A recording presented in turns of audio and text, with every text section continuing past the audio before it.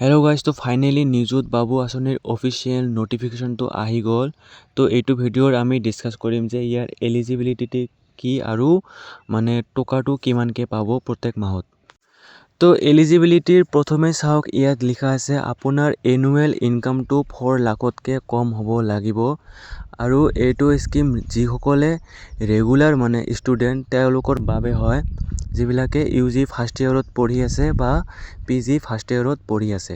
চাওক, ইয়াত চাওক লিখা আছে UG মেল ষ্টুডেণ্ট যিবিলাক মানে মেৰিট হয় তেওঁলোক এইটো স্কিমৰ কাৰণে এলিজিবল নহয়। আৰু UG মেল ষ্টুডেণ্ট যিবিলাকে স্কুটাৰ পাইছে তেওঁলোকো এইটোৰ কাৰণে এলিজিবল নহয়। বা যিবিলাক পোষ্ট গ্ৰেজুৱেট ষ্টুডেণ্ট যিবিলাকে জীৱন প্ৰেৰণা স্কিম মানে পাই আছে তেওঁলোকো এইটোৰ বাবে এলিজিবল নহ'ব। তো নেক্সট ইয়াত চাওক লিখা আছে কিমান টকা পাব মেল ষ্টুডেণ্টে। তো যিবিলাক মেল ষ্টুডেণ্টে UG ফাৰ্ষ্ট ইয়েৰত পঢ়ি আছে তেওঁলোক 1000 পাৰ মান্থকৈ পাব 10 মাহৰ কাৰণে, যি টোটেল ইয়াৰ হয় 10,000 পাৰ একাডেমিক ইয়াৰ। আৰু PG ফাৰ্ষ্ট ইয়েৰত যিবিলাক মেল ষ্টুডেণ্ট আছে তেওঁলোকে 2000 পাৰ মান্থকৈ পাব 10 মাহৰ কাৰণে, যি টোটেল হয় 20,000 পাৰ একাডেমিক ইয়াৰ।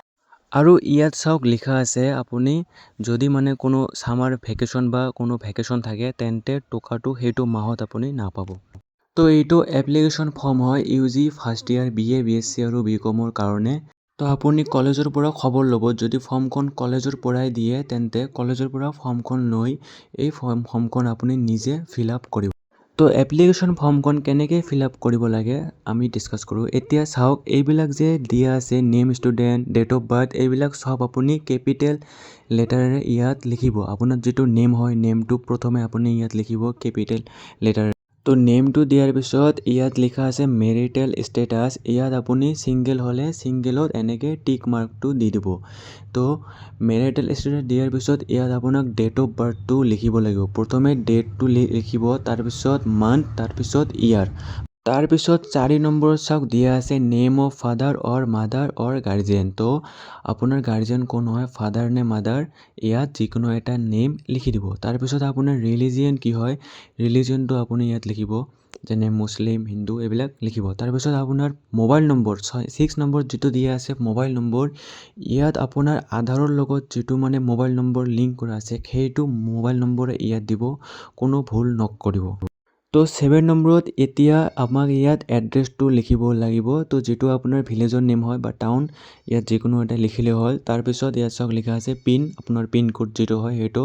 তাৰপিছত আপোনাৰ ব্লক বা মুনিচিপেলিটি যিটো হয় এইটো নেমটো লিখিব। পুলিচ ষ্টেচনটো কি হয় লিখিব। তাৰপিছত ডিষ্ট্ৰিক্ট এইটো দিয়াৰ পিছত আপোনাৰ আধাৰ নম্বৰটো আপুনি ইয়াত লিখিব। নেক্সট ইয়াত 9 নম্বৰত লিখা আছে নেম অফ LAC। তো নেম অফ LACটো আপোনাৰ ভোটাৰ ID কাৰ্ডত লিখা থাকে, সেইটো আপুনি চাই ইয়াত লিখিব। তাৰপিছত চাওক ইয়াত লিখা আছে opted for BK award, scooter আপুনি পাইছে নেকি। তো যিসকলে স্কুটাৰ এৱাৰ্ড পাইছে তেওঁলোকতো এইটোৰ কাৰণে এলিজিবল নহ'ব। তো যিসকলে পোৱা নাই ইয়াত নোট টিক মাৰি দিব। তো প্ৰথমে চাওক লিখা আছে name of the institution from which pass. তো আপুনি যদি UGৰ কাৰণে এপ্লাই কৰি আছে তো যিখন কলেজৰ পৰা হাই ছেকেণ্ডেৰী পাছ কৰিছে সেইটোৰ নেমটো ইয়াত লিখি দিব কেপিটেল লেটাৰত। তো লাষ্ট আপুনি যিটো এক্সামিনেশ্যন পাছ কৰিছে সেইটো আপুনি ইয়াত দিব হাই ছেকেণ্ডেৰী পঢ়ি। তাৰপিছত ইয়াৰ কোন ইয়াৰত পাছ কৰিছে, তাৰপিছত আপোনাৰ ৰোল নম্বৰটো কিমান আছিল। নেক্সট 3 নম্বৰত আপুনি কাৰেণ্ট যিটো কলেজত পঢ়ি আছে ইয়াত নেমটো লিখিব। তাৰপৰা কোনটো ইউনিভাৰ্চিটিৰ আণ্ডাৰত আপোনাৰ কলেজটো হয় সেইটো লিখিব। তাৰপিছত আপোনাৰ ছামাৰ এনৰলমেণ্ট নম্বৰটো ইয়াত লিখি দিব। গাইজ এইবিলাক ডিটেইলছ আপুনি ভালকৈ লিখিব, একদম মানে ধুনীয়াকৈ লিখিবা যাতে কোনো ভুল নহয়। তাৰপিছত নেক্সট ইয়াত আছে বেংক ডিটেইলছ, ইয়াত আপুনি প্ৰথমে একাউণ্ট নম্বৰটো লিখিব। তাৰপিছত আপোনাৰ যিটো IFSC কোড হয় সেইটো মানে একাউণ্টতে লিখা থাকে সেইটো দিব। তাৰপিছত আপোনাৰ নেমটো লিখিব, তাৰপিছত বেংক নেম, তাৰপিছত আপোনাৰ বেলেঞ্চ যিটো হয় সেইটো। তাৰপিছত নেক্সট ইয়াত চক লিখা আছে ছিগনেচাৰ অফ দ্য ষ্টুডেণ্ট, ইয়াত আপুনি নিজে চাইন কৰিব। তাৰপিছত ছিগনেচাৰ পেৰেণ্ট, আপোনাৰ পেৰেণ্টছৰ এটা ছিগনেচাৰ ল'ব। তো এইবিলাক এনেকৈ মানে এই এপ্লিকেশ্যন ফৰ্মটো ফিল আপ কৰি আপুনি কলেজত জমা দিব। আৰু বাকী যিবিলাক ডকুমেণ্টছ মানে ল'ব সেইবিলাক ডকুমেণ্ট এনে জেৰক্স কৰি আপুনি প্ৰিণ্ট আউট কৰি কলেজত জমা দিব। তো PG ফাৰ্ষ্ট ইয়েৰৰ কাৰণে ফৰ্মটো ছেম হয়, অকল এটা চেঞ্জ আছে, সেইটো কি মই ইয়াত দেখাই দি আছোঁ। তো চাওক ইয়াত 10 নম্বৰত দিয়া আছে are you availing the benefit of CM's জীৱন প্ৰেৰণা স্কিম। তো যদি আপুনি CM জীৱন প্ৰেৰণা স্কিমটোৰ বাবে এলিজিবল হোৱা নাই MA MSCৰ কাৰণে, তো ইয়াত আপুনি ন' দি দিব। আৰু যদি ইয়েছ দিয়ে তেন্তে কিন্তু আপুনি টকাটো নাপাব, তো আপুনি ইয়াত ন'য়ে দি দিব।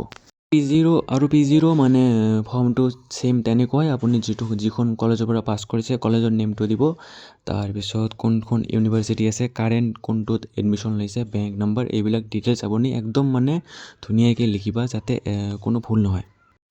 তো আপুনি এনেকৈ ডেটাবোৰ ছাবমিট কৰাৰ পিছত আপোনাৰ ভেৰিফিকেশ্যন হোৱাৰ পিছত আপুনি টকাটো DBT চিষ্টেমেৰে আপোনাৰ বেংক একাউণ্টত পাব। তো ভিডিঅ'টো এইখিনিয়ে, আৰু যদি কিবা ডাউট থাকে তেন্তে আপুনি কমেণ্টছ কৰিব, আৰু মোৰ চেনেলটো প্লিজ ছাবস্ক্ৰাইব কৰিব। মই এনেকুৱা ভিডিঅ' আপলোড কৰিয়ে থাকিম। থেংকছ ফৰ ৱাচিং this video', please subscribe my channel.